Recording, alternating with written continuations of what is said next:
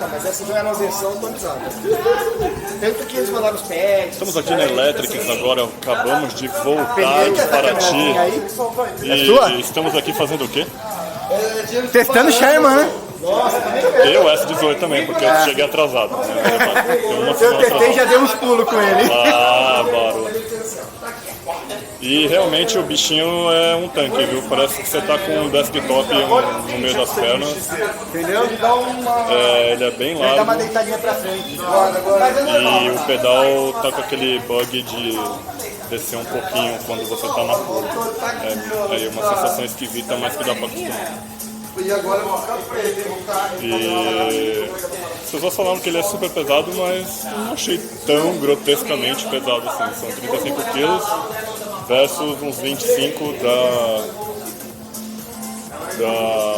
dos Kingston normal.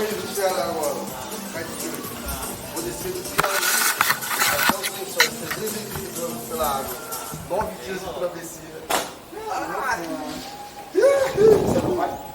Como que eu não tô?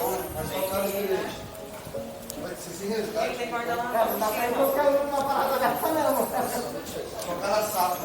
Não, o cara fora. Vou dar uma subiadinha. Vai lá.